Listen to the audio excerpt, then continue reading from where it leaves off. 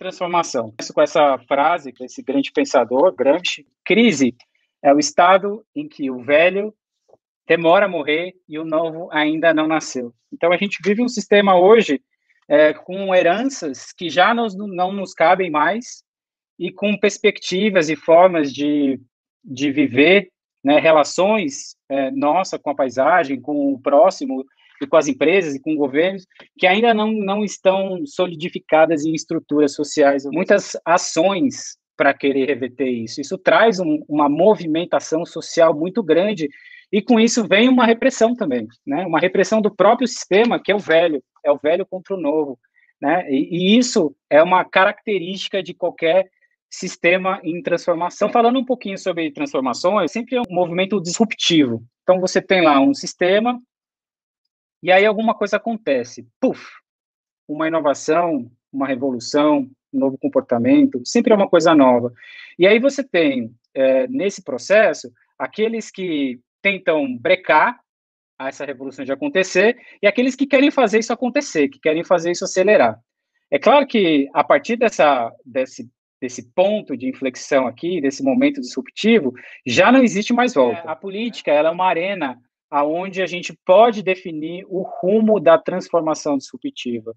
Política é um caminho de negociação, ou seja, uma forma ordenada de pensar como é que a gente junta recursos, pessoas, para sair daqui e chegar até ali. Existem várias outras questões que são relacionadas à floresta. Então, você começa a ter um cenário de políticas que dialogam com o tema florestal. A política florestal, como a gente vai ver agora, ela não acontece só dentro da floresta. Ela acontece no sistema social também, que interfere no sistema ecológico e vice-versa. Vamos entender isso um pouco melhor. As decisões que a gente toma aqui, nesse subsistema, interferem no sistema natural. Uma política florestal que incentiva alguma prática ou econômica ou conservacionista, você vai ter um impacto aqui. Esse impacto, né, um desmatamento, uma queima, um programa de restauração, né, que gera benefícios de conservação da natureza, isso vai reverter num outro impacto para a sociedade e esse sistema se retroalimenta. Então, nesse cenário, o que a gente busca? Né? Assim, um pensamento bem racional, através de uma governança, com uma atuação política, onde você tenta equilibrar os interesses do uso do solo nessa paisagem. E isso é o que a gente tem chamado de restauração de florestas e paisagens. Né? Essa restauração, ela considera todos o sistema agroalimentar, da produção do alimento até a comercialização. Então, quando você decide por um tofu ou por um bife, você está fazendo política, né? Talvez você não tenha consciência disso, mas você faz. E a ideia de restauração de florestas e paisagens é você conseguir conciliar o maior número de benefícios para as pessoas que vivem nessa paisagem. Né? Então, todos os benefícios associados à biodiversidade, à produção de alimentos, ao bem-estar, né? Em relação a estar na paisagem, mas estar com as pessoas que vivem nessa paisagem, né? De ter uma boa convivência, isso tudo faz parte de uma governança, isso tudo faz parte do nosso envolvimento na tomada de decisão, da forma que a gente usa o chão que a gente pisa. A governança da restauração, ela atua em várias escalas e em diferentes formas, né? Processos, estruturas, pessoas. E aí algumas palavras-chave aqui para a gente entender esse cenário de governança. Então, a primeira, assim, é uma palavra que a gente ouve muito falar, que são os stakeholders, que parece uma palavra neutra, né? Quem são os stakeholders? São aqueles que são as partes interessadas, que são as pessoas que a gente deveria ouvir ou envolver num processo de tomada de decisão. Mas quem é interessado e quem não é interessado, né? Talvez aquelas vozes que a gente não ouve estejam interessadas em participar da decisão, só que a disputa política, os agentes políticos, né, impedem que essas vozes sejam ouvidas. Então, as pessoas que atuam na transformação dessa paisagem de alguma forma, que se organizam e agem para fazer restauração ou agem para promover algum tipo de uso do solo, é o que a gente chama de agentes de transformação.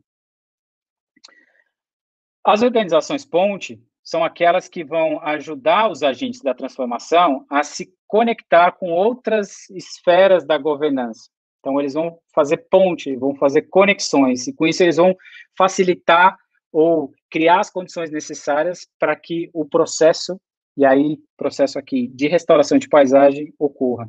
Instituições são regras e normas para ajudar a organizar e criar coesão em movimentos sociais ou em sociedades, né? Então, por exemplo, uma crença, né, uma crença em alguma tecnologia ou em algum santo ou em algum político, isso é uma instituição muito forte, porque move as pessoas numa direção política, né, a tomar um certo rumo político.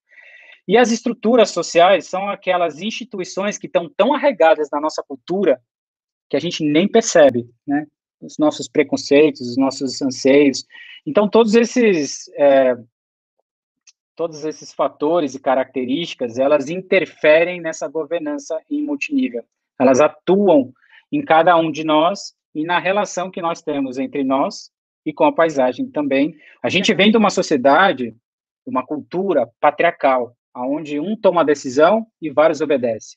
Isso é uma coisa que já morreu, mas que a gente ainda sustenta, né? Voltando lá no conceito de Gramsci do primeiro slide. Hoje a gente tem uma tendência a querer viver assim, né? A nossa sociedade se organiza assim. Você quer comprar alguma coisa ou você quer visitar um novo lugar. Aonde você vai? Você vai perguntar para o presidente da instituição XYZ ou você vai no Instagram, onde você tem um monte de gente jogando informação, compartilhando em rede. Uma nova forma de tomar decisão. Aqui, você não tem um elo central. Você pode ter, lógico, aquele que tem mais likes, aquele que publica mais, normal. Mas você tem um sistema em rede que se autocomunica, né? Isso é um outro paradigma de forma de tomar decisão. É um outro paradigma de distribuir poder e a gente está passando por isso, né? A gente ainda vive num sistema assim, mas a gente já pensa assim, a gente já quer isso aqui. E isso vai reproduzir um pouco a forma que a gente faz restauração. Então, esse triângulo ele é bem explicativo, mas ele simplifica muito as coisas. A gente, numa estrutura piramidal, a gente tem o Estado, a comunidade e o business, né? Então, quando você tem essa estrutura aqui funcionando separada, você tem uma estrutura piramidal. Quando você começa a ter parceria público-privada, programa de certificação, pagamento por serviços ambientais, cogestão de recursos naturais, você começa a criar conexões, formas de trabalhar em rede, que o Estado colabora com a comunidade, que o Estado colabora com o mercado, que o mercado colabora com a comunidade, formas de poder que estão longe disso aqui, né? Isso é o que a gente chama de novas estratégias de governança. Falando um pouco aqui da governança da paisagem, dos desequilíbrios do poder. Então, o que é o poder? É a posse da capacidade ou a faculdade de fazer algo.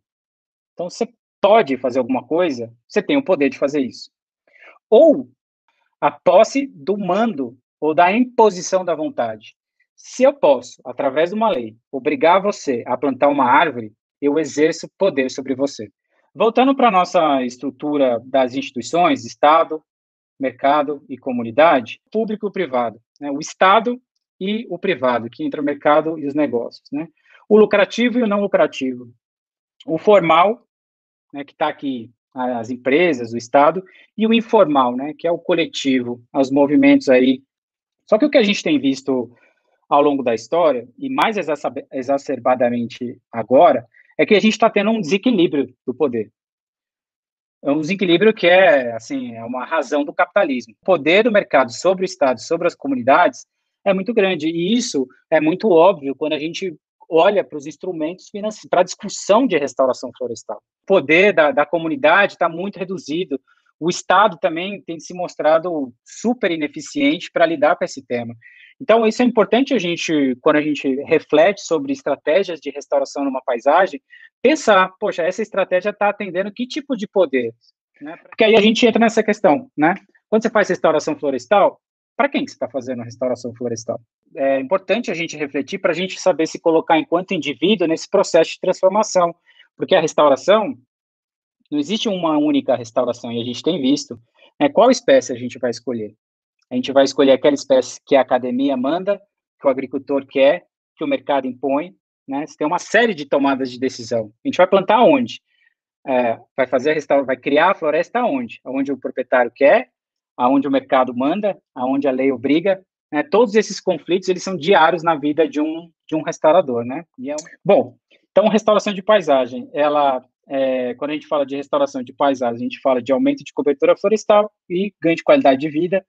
Obrigatoriamente, a gente está falando de mosaico, então, vários usos da floresta, não só vários usos na paisagem, não só floresta. A gente está falando de florestas que têm múltiplas funções, a gente está falando de agrofloresta também, a gente está falando de manejo florestal, né, e a gente também está falando de outros ecossistemas, não só de floresta, né?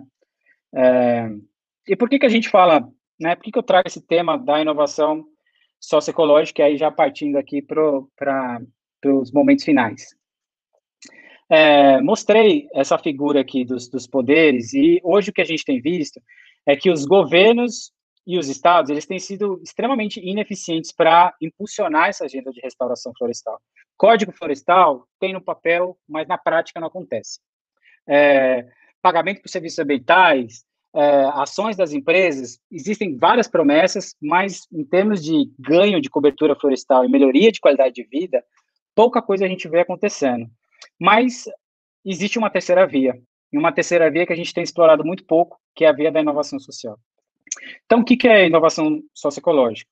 É algo novo para a paisagem, para as pessoas, é uma prática, então já não é mais uma ideia, já não é mais uma teoria, é uma ação, é uma prática, é um processo que se reflete num processo, produto, serviço, atitude ou valor, tem um valor social, ou seja, satisfaz uma necessidade das pessoas, reconfigura uma estrutura social, ou seja, cria conexões onde não existiam, ou formas de tomar decisão que não estavam ali presentes. Então, ele muda a estrutura social. E aumenta o capital social e humano, ou seja, aumenta a capacidade das pessoas em reagir a situações extremas, seja econômica, seja política ou seja ambiental. E ela gera benefícios ecológicos para a paisagem, para a biodiversidade e garante a manutenção de modos de vida resilientes. É preciso enraizar para frutificar. Grande parte das estratégias hoje estão em replicar os projetos de restauração para gerar esses benefícios. Mitigação climática, conservação da biodiversidade, ganhos econômicos. Tudo isso está embasado enquanto raiz a efetividade da governança, ou seja, de você conseguir articular os vários interesses, criar instituições capazes de gerar essa transformação e engajar as partes interessadas. Isso se dá através da mobilização social, da criação de capacidade de capital humano e da inovação. Grande parte das estratégias que a gente vê por aí, né, em governos, nos mercados e também nas ONGs, é scaling up, impactar uma lei, criar uma política, né, um direcionamento geral. Então, você provoca mudanças institucionais com isso. Um outro impacto desejável também e perseguido pela maioria das instituições é o tal do scaling out, ou seja, você faz um piloto aqui e de repente, puf, tem um monte de gente adotando isso. A gente talvez esteja pecando em não criar o tal do scaling deep, que é o que eu traduzo aqui como enraizamento, que é impactar a raiz daquele que está participando do processo de transformação. Olhar para dentro, olhar para si e olhar para o próximo. Né? Mudar as relações, os valores culturais, as crenças, né? Mudar a mente. Quando você pratica a restauração, isso muda a sua forma de se relacionar com as pessoas e com o ambiente que você vive. E a gente tem olhado muito pouco para esse tipo de transformação, que é a base, para mim e para muitos outros pensadores, é a base para o scaling out e para o scaling up. E eu só queria agora encerrar com uma frase que acredito que tem muito a ver com o momento e com tudo isso que eu apresentei aqui, bem rapidamente, que é, no caminho da história, a história que a gente vive até agora, chegará um momento em que a humanidade será chamada a mudar o seu nível de consciência e avançar para um terreno moral superior. Um momento em que abrigaremos nossos medos e daremos esperanças uns aos outros. E essa hora é agora. Muito obrigado.